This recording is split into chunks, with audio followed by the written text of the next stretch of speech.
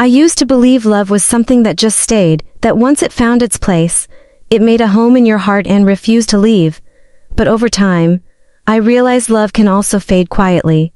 Like a photograph left in the sun too long. That's how it happened with Ryan. My name is Emma, and I've been married to Ryan for 7 years.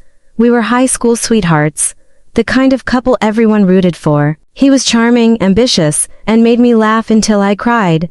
Back then, I never questioned how he made me feel because I always felt seen.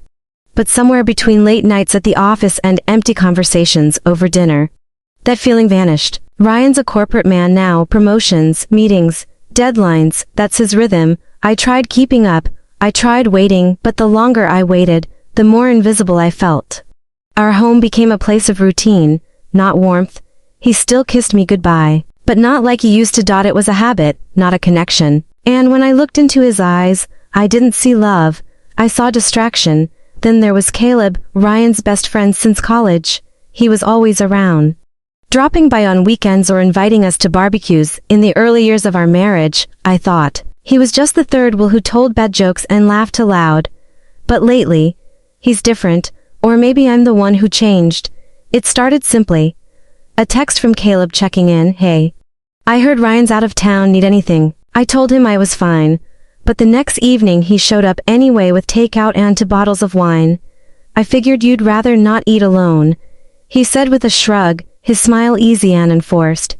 We talked for hours that night, about everything, work, books, old music we loved, and for the first time in a long while, I felt like someone was actually listening, not just hearing me out of obligation, but really listening. I didn't realize how starved I was for that until Caleb filled the silence Ryan had left behind. After that, Caleb began showing up more often, not in an intrusive way, but in moments that mattered. When I locked myself out, he was there before I could call a locksmith. When my car battery died, he jump-started it in the rain. He always had time. Ryan, on the other hand, had excuses. Always. One Friday, after a long day at work, I came home to an empty house. Ryan had canceled our dinner plans, again, citing a client emergency. I tried not to cry, but the tears came anyway. I sat on the kitchen floor, mascara streaking down my cheeks. When my phone buzzed, "You okay, Caleb?" I typed, "Yeah, just tired." But before I could press send, he was at the door. He didn't ask questions. He just sat next to me on the floor, leaned back against the cabinets, and said, "You know, you don't always have to be strong." That sentence broke something in me. I'd been holding everything together with tape and false smiles, pretending I was fine, pretending my marriage wasn't crumbling under the weight of silence and neglect. I don't know how much more of this I can take, I whispered. Caleb turned to me, his voice quiet. "Emma, you deserve more than this version of love." I didn't respond. I couldn't, because I knew he was right. And that truth scared me more than anything. From that night forward, things shifted. I found myself waiting for Caleb's texts more than Ryan's calls. I noticed how Caleb remembered things Ryan always forgot, how I take my coffee, that I'm allergic to shellfish, the way I hum when I'm anxious. He noticed me, and I started noticing him. One evening, after Ryan left for a 3-day trip, Caleb stayed to help me fix a broken cabinet hinge. He worked silently, carefully, his fingers steady and patient. I stood nearby, pretending to scroll on my phone. But really, I was watching him, the way he concentrated. The soft creases near his eyes when he smiled. When he finished, he looked up at me and said, "I know it's not my place, but if I were him, I'd never make you feel alone." I didn't know what to say. So I just nodded and walked him to the door. As he stepped outside, he turned back and met my eyes. "You're not invisible, Emma." Not to me. He left, but his words stayed. That night, I laid awake, staring at the ceiling, wondering why Caleb saw me, truly saw me, when the man I married couldn't even look me in the eyes anymore. And for the first time, I asked myself a question I never thought I'd have to. What if I'm falling for the wrong man, and he's the only one who sees me right? I told myself it was harmless, this connection with Caleb, that it was just comfort during a rough patch, but comfort doesn't leave your heart racing when you see someone's name light up your phone. It doesn't leave you smiling at your screen. Long after the message is read, Caleb's presence had become a balm for the ache Ryan never noticed. He'd text me good morning before Ryan even woke up. He'd remember things I didn't tell him twice. And when we talked, I didn't feel like I had to edit myself to be heard. With Ryan, I walked on eggshells, scared my feelings would feel like accusations. With Caleb, I simply was, and that was enough. It all came to a head on my birthday. Ryan forgot, not just the flowers, or the dinner reservation, but the entire day. He called from the airport. Stuck in Denver, offering a distracted apology, I swallowed my disappointment like a bitter pill and told him not to worry. I was used to it by now. That evening, the doorbell rang. Caleb stood there with a cake balanced in one hand and a single sunflower in the other. My favorite, no fanfare, no theatrics. Just a soft, happy birthday. I didn't know whether to cry or laugh, so I did both. We sat on the couch, ate cake with forks straight from the box, and watched an old movie we used to joke about. I forgot about the empty spaces Ryan left behind because Caleb filled them so effortlessly. After the movie, the silence between us wasn't uncomfortable. It was charged like a held breath. You shouldn't have done all this, I whispered. I wanted to, he said. You deserve more than being forgotten. I looked at him, then really looked. And for a heartbeat too long, I let the thought cross my mind. What if this was what love is supposed to feel like?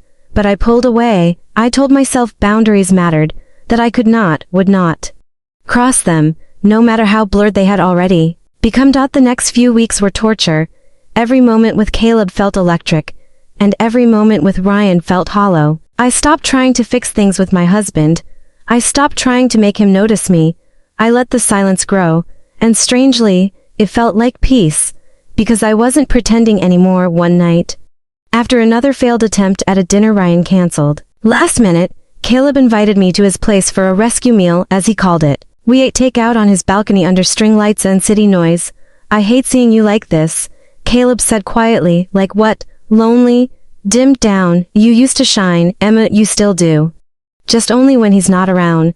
That struck something deep. I didn't respond, but my eyes betrayed me. Caleb leaned in. Not quite a kiss, not quite a whisper. I'm not trying to ruin anything, he said, but I need you to know, if things were different, I wouldn't waste a second proving what you're worth. The world slowed, my heart beat against my ribs, begging for escape. Then I stood up. I should go, he nodded, but his eyes lingered. Be safe. I left, but I didn't sleep that night. Every time I closed my eyes, I saw his face, heard his voice, felt the weight of everything I was denying. The next night, a storm rolled in. Ryan was away again, some emergency conference. The wind howled, the lights flickered, and the power finally gave out just after sunset. Then came a knock. It was Caleb, drenched from the rain, holding a flashlight and a grocery bag. I figured you'd hate sitting in the dark alone, he said with a sheepish grin. He set up candles in the kitchen, handed me a bottle of wine, and started slicing cheese like it was some kind of impromptu picnic. We talked for hours again, but this time, the air was different. Heavy, expectant. I didn't mean to say it, but I did. I'm tired of pretending I'm not falling for you. Caleb froze. The words sat between us like thunder. He didn't smile, he didn't jump. He just stepped closer. Then don't pretend tonight. The candlelight danced across his face as he reached for my hand. I didn't stop him. I didn't want to. Morning arrived slowly, like it wasn't in a hurry to face what had happened. I lay in the stillness, tangled in sheets that weren't mine, wrapped in arms that hadn't held me before last night. Caleb slept beside me, peaceful and unbothered. While my heart thudded with both clarity and chaos, it hadn't felt wrong in the moment. Not when he touched me like I mattered. Not when he whispered my name like it was something precious. It hadn't felt like betrayal. It had felt like breathing after holding it in too long. But daylight doesn't lie. In the light, everything looked sharper and more complicated. I slipped out of bed and got dressed slowly, careful not to wake him. As I moved through his apartment, it hit me how familiar it had become. His coffee mugs, the coat draped over a chair, the faint scent of cedar and laundry. All of it felt more like home than the house I shared with Ryan. Back at my place, everything was exactly as I left it, and that somehow made it worse. Ryan returned the next day. He brought back a souvenir mug and asked if I'd remembered to water the plants. No kiss, no real conversation, just polite obligation. I stared at him, wondering if he could see the difference in my eyes, if he could sense how far we'd drifted, or if he even cared to notice, but he didn't. He sat down, scrolled his phone, and asked what was for dinner. I said I wasn't hungry. I wasn't lying. For days, I moved through the motions, carrying a secret that felt both heavy and liberating. Caleb and I didn't speak, not because we were avoiding each other, but because we understood something had shifted. We had crossed a line, the kind you can't uncross. But the silence between Caleb and me was respectful. Tender, the silence between Ryan and me, cold, empty. One night, Ryan accused me of being distant. "You're always somewhere else lately," he said, not looking up from his laptop. I laughed bitterly. "And you're just now noticing." He finally looked at me. "What's that supposed to mean?" "It means I've been alone in this marriage for longer than I can remember. And you didn't even blink." He shrugged. "We've both been busy. That's life. No," I said, "that's not love." He didn't respond. Maybe he didn't know how. That night, I made a decision, not because of Caleb, but because of myself. I didn't want to be a version of me who settled for being forgotten. I packed a bag, not all my things, just enough to say I wasn't coming back to the same version of this life. Ryan watched, stunned. "You're really doing this?" "Yes," I said quietly. "I should have done it a long time ago." He didn't stop me. He didn't fight. That, more than anything, confirmed I was doing the right thing. I didn't go to Caleb's immediately. I got a room at a quiet little inn near the edge of town. I needed to be alone, to think, to feel. To just be without someone else's expectations crushing me. 2 days later, I met Caleb at the park, the same one where we used to walk and talk like nothing was complicated. He stood by the bench, hands in his pockets, expression unreadable. For a moment, I was afraid the story would end with 2 broken pieces that didn't fit together after all. "Hey," he said softly. "Hey," I replied. We sat in silence, watching the leaves stir in the wind. "I left," I finally said. "Not for you, not for anyone, for me." He nodded like he'd known I would. "I never wanted to be the reason," Caleb said. "But I'm glad you chose yourself." We didn't touch. We didn't kiss. We just sat there, breathing the same air, sharing the same silence. But this time, it was full of possibility. I don't know what happens next. I don't know if this becomes something more or if it remains a moment that changed everything. But for the first time in years, I feel awake, whole, seen. And whatever happens after this, I won't settle for less than that.